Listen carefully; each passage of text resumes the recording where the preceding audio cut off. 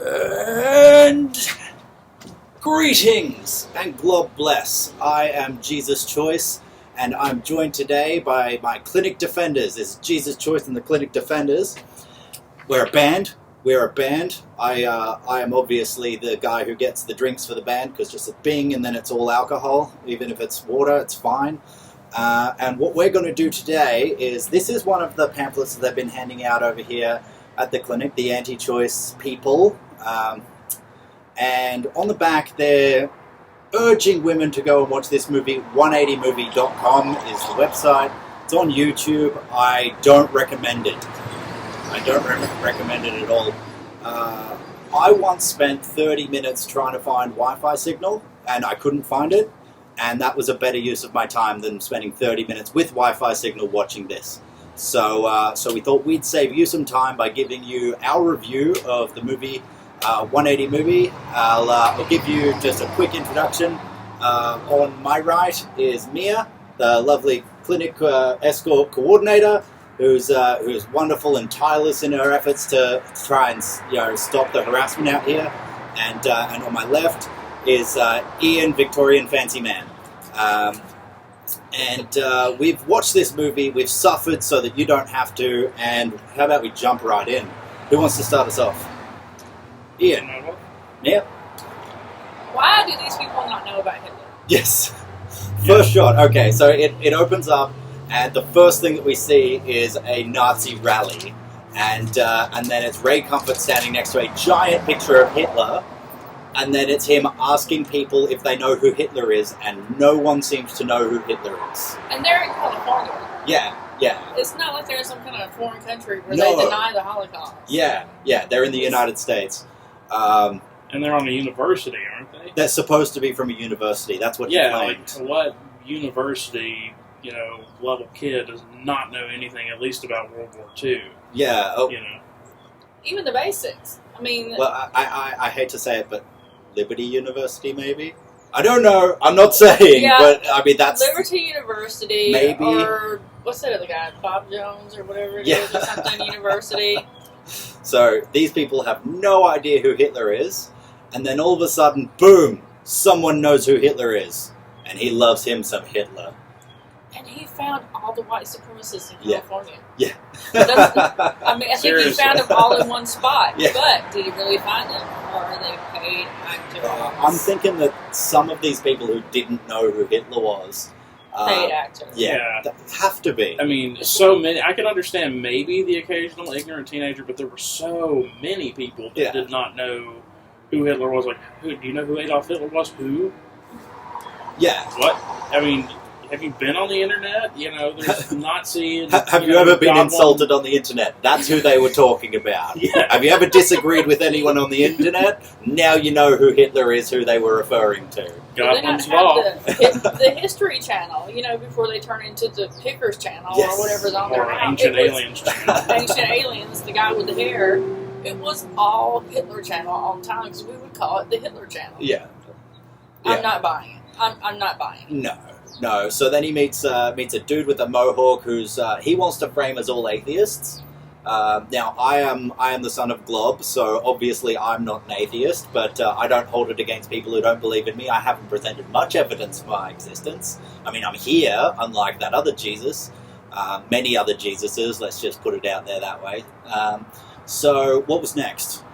Some of the other things, the people were saying, like they were asking, who's Hitler? The people who kind of sort of knew said things like, he was a communist, or he was an actor. Okay, so no understanding of the difference between fascism and communism. That's an important distinction. That's common, the communists were actually our allies fighting against Hitler, so that was surprising time in our history, wasn't it?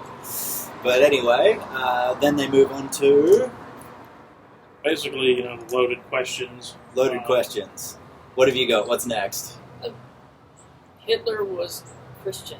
They're saying he was not a Christian. Yes, they have this lying tirade about how... It cuts from the asking people over to Ray Comfort again, and he's talking about how Hitler had a Holocaust against the Christians.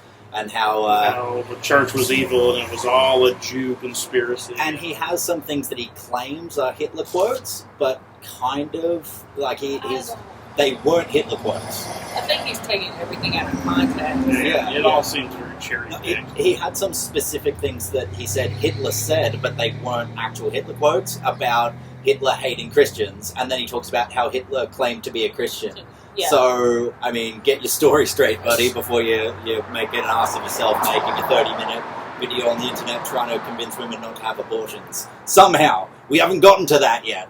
So, because that's what I put. Is this movie really about abortion? I am confused. Yeah, they spend so long on the Hitler premise and how evil Hitler was, blah, blah, blah.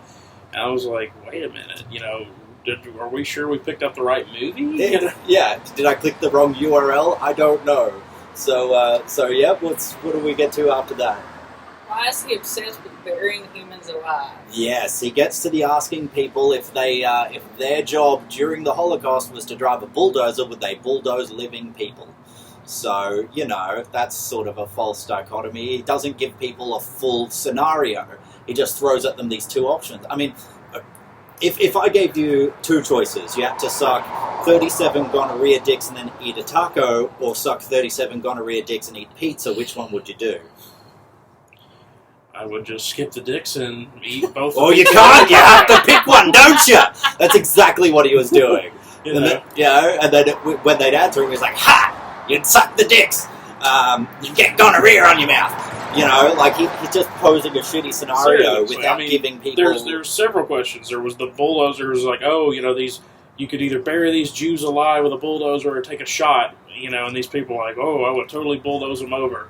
No, not that kind of shot. Yeah. Different. And then he was asking people if they do the shooting. And then he was like, is there a difference between shooting people and running them over with a bulldozer?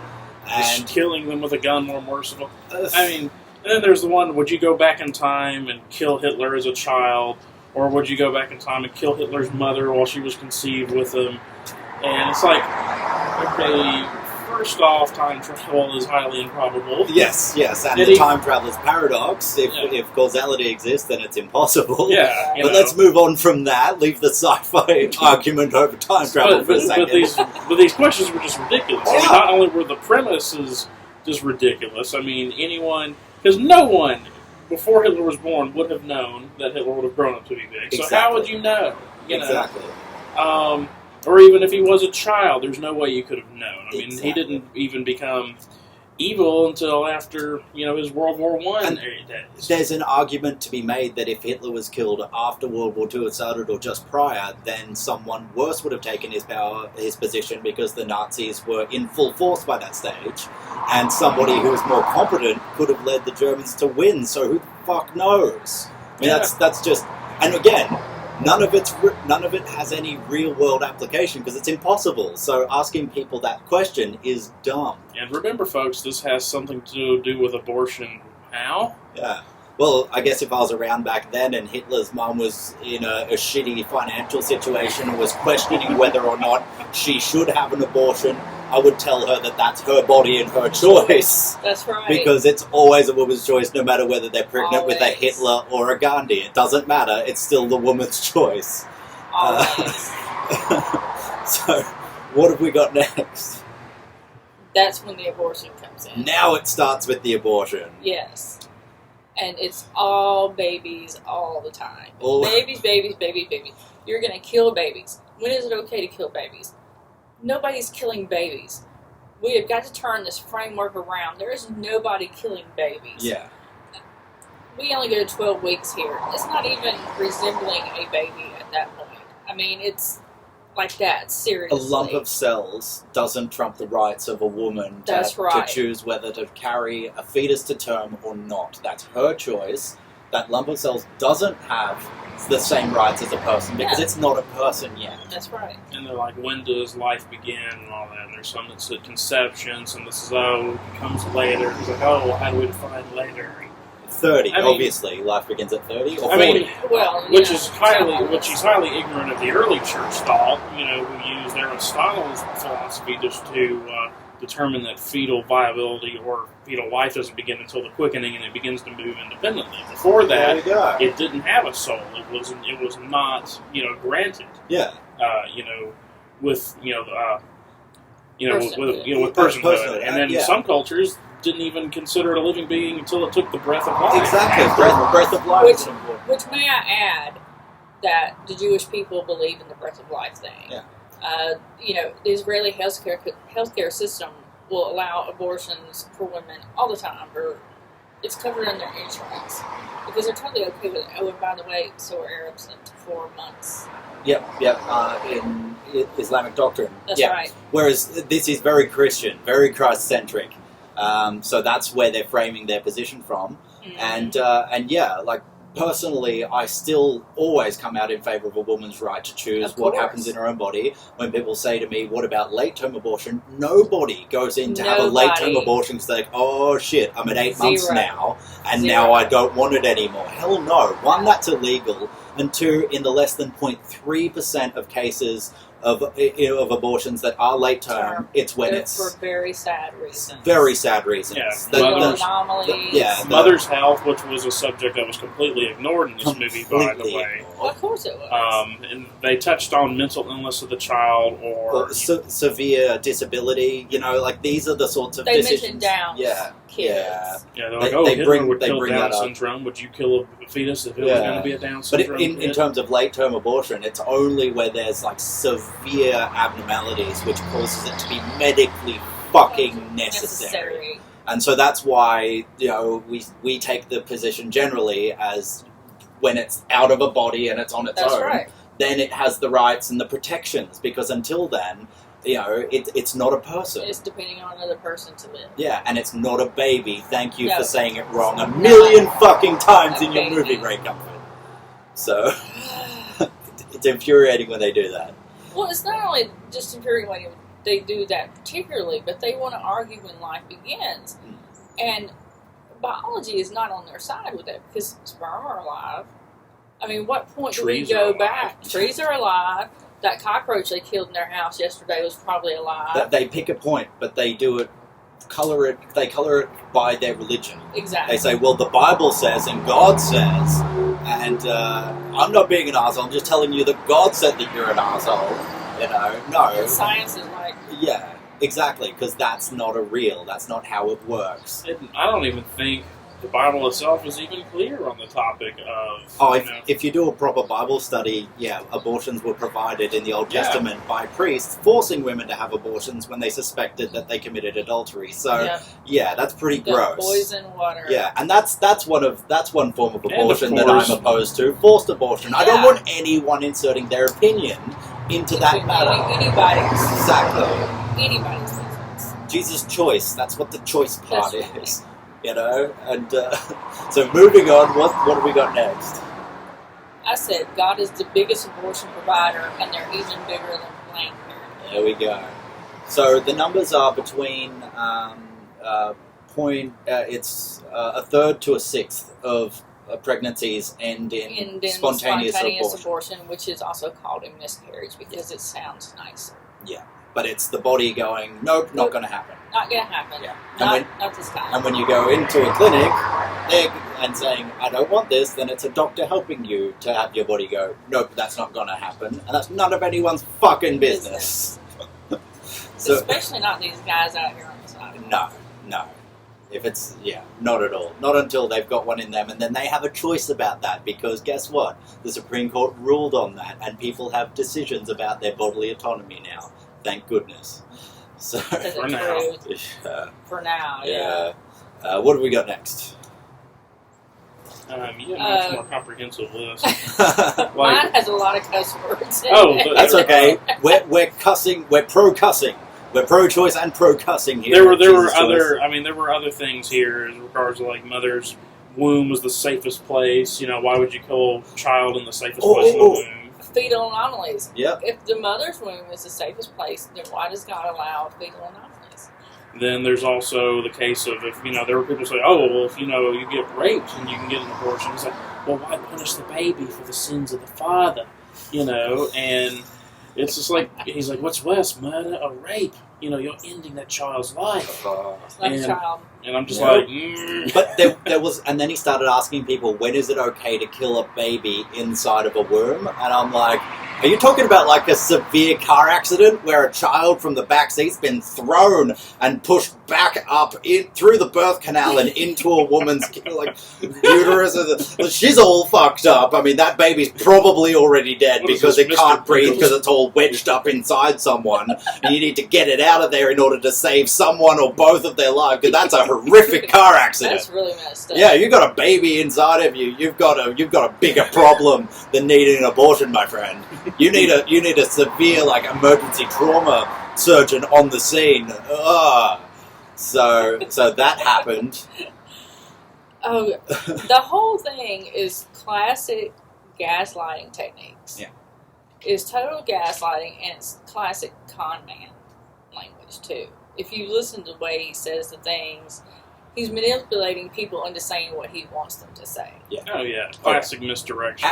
And dodgy editing. He's Very gaslighting dodgy. and then very selective This with his was editing. probably the choppiest editing I've seen Yeah. of this type of film. You know, gonzo, Christo, fascist exploitation film. Well, it's what Ray Comfort's well known for. Let's all know that as a fact. And when did God become a lawyer? Yeah, no, God's the judge, and you've got a really shitty lawyer. That's why you have to murder his son. He's legally going to hold you responsible, though. Yeah. I mean, I'm like, where did God get his JD from? I mean, did he go to the University of Alabama, or is he an Auburn guy, or did he just skip it all and say, screw it, I'm just going to, Yeah, and he talks about, how wonderful it is that, God himself came down and, died on the cross for your sins, and I'm like, but there's no justice in that. I mean, that would be like if Timothy McVeigh blew up the Oklahoma City bombing and then some other person came in and said, I'll take his punishment. Yeah, we're getting into like theology here, and it has to do with substitutional atonement, which as a modern society we condemn because it's wrong to do that. You can't just go, this guy, a rich guy murdered someone, then pay someone to say, yeah, that guy totally murdered someone, but you can kill me instead because he's paying for my kids to go to school. No, fuck you. We've decided as a society that that's wrong. Your God hasn't caught up with us if you think that that's your God's position. It's fine. Okay. It's fine. It's still filming. Okay. We're doing this as one shot, guys. Yeah, the screen just went blank, and I was like, oh, crap. Okay, keep going. We're good. What else did he have? So yeah, he was talking to people, he was asking about, where the master? That's what he started doing next. So after he did all of this, then he was asking people if they've ever lied. Yeah. Ian, Victorian Fancy Man, have you ever told a lie? Who hasn't, Not me! Never! How would you know? Anyway. It's just a choice you're talking about. That's true, that's true. Have you ever told a lie? Probably, yeah. I mean, we all have intrinsically. That's it. Even if it's just a white Which of course comes from the assumption that lying is always bad all the time, no questions asked. That's right. They try and build this like black and white, and then which is a complete. The way the master, what they do is they ask all these questions to try and make someone feel really emotionally shitty, and then they pitch Jesus. And then they pitch Jesus. Have you ever told a lie? Yeah. Have you ever stolen anything? Yeah. No. Well, you just told me you were a liar. How can I believe you? They're like, oh. Yeah. Have you ever stolen anything? Probably. We're kids. We take things sometimes. Kids don't know. Taking a candy bar. Yeah. Or stolen your co-worker's lunch out of the work break room. I stole the prettiest girl who I've ever met's heart. That's sorry. I need to put something sweet in everything that I do. I love her so much. Anyway, so you're a lying, thieving. Have you ever taken the Lord's name in vain? You goddamn right. Love me a good blaspheme. Love me a good blaspheme. And have you ever looked upon a woman with lust in your heart? Now, this is a shitty one. This is a shitty one because they do this whole thought policing thing now. So if you think a thing, it's as bad as having actually done the thing. And they use the same for have you ever been angry at someone? Well, then you're a murderer. It's like, well, no. What you're saying is, if you think that, then it's okay to murder them because it's the same thing in your God's eyes. And you can say, sorry, Jesus, and I won't forgive you because I'm Jesus' choice. I don't have to. But their Jesus has to because he got nailed to a fucking cross, and now he has to take all of your shit. And now, that's what they're saying. If you're angry at someone, you may as well murder them because it's morally the same thing, and it's not. Not at all. We as a society have decided that. That's why people don't go to jail for their entire life for being angry at someone. We don't have the thought police. We don't. I mean, Yeah, seriously. What sure kind of they would love Orwellian to- nightmare is That's- this? institute the thought Yeah, police. I mean, that's- inside their churches, inside their, the very, hardcore, redactive, twisting the Bible around to fit their particular morals of their particular denomination on their particular day for that one particular person. And it's such a trap too, because these people go their whole lives thinking, "Oh, I better not even think one bad thought, or else that's a sin." But then you have all these triggers, that are going to inevitably cause you to think that just due to sheer reaction. Exactly. You are just wired to react in a certain way to something like that. So it just comes off like a complete con game. So what he's done there is he's you made have an arbitrary, imaginary sickness, and I have this snake oil that's going to cure it. exactly, and that's what he's done. So now people are feeling really shitty about themselves. That's what he's done, and then he brings back the Nazis again. Oh, yes. And so once people are feeling really shitty and vulnerable because he's emotionally manipulated them to feel that way, then he starts bringing up the Nazis again, and he says, "Do you change your mind if that baby's a Jew or something?" I don't understand what. And his paid actors / dumb people are all buying it. Everyone's buying it. This, instantly, instant conversion. This is the stuff you only see in, freaking chick tracks. Chick tract and Ray Comfort videos. Yeah, I have never seen anyone in real life, even in my religious days, anyone instantly go, "Oh, I was wrong this whole time. Hello, Jesus, who I've never heard about until today." Yeah. I believe Hitler. Along with Hitler. Never heard of Jesus or Hitler, but now I know that, that Jesus. a fetus is a baby and I'm a piece of shit, so thanks, Jesus, I'm saved and I'm not going to have an abortion. No second thoughts, no. No. So, anything to wrap up? I think let's see what I got. Oh, there was that thing about the statistics at the end. Yes, he does the video. He does the bit where he talks about how many abortions since Roe v. Wade. Yep. But he doesn't talk about how many women were died or mutilated in back alley abortions or attempted self-aborts prior to Roe v. Wade. There's also no mention of the American. Yeah, he calls it the American Holocaust, but there is also no mention of the Japanese concentration camps that the United States did. So because we gotta make sure America's always got a clean slate all the time, eh? Yeah. Yeah, there was a lot of shitty things going around at the time, and as moral people, we can condemn them. We don't have to. There's lots of shitty things that happened. And then on top of this, he goes on to this. Oh, did you like this video? Then buy my shit, people. And it's all buy my shit, so he can live in his palatial estate in California, where he went and found all the paid actors. But I'd like to note that he did tell people to go into abortion clinics. Yes. Let me tell you what will happen to you if you go into an abortion clinic all gangbusters.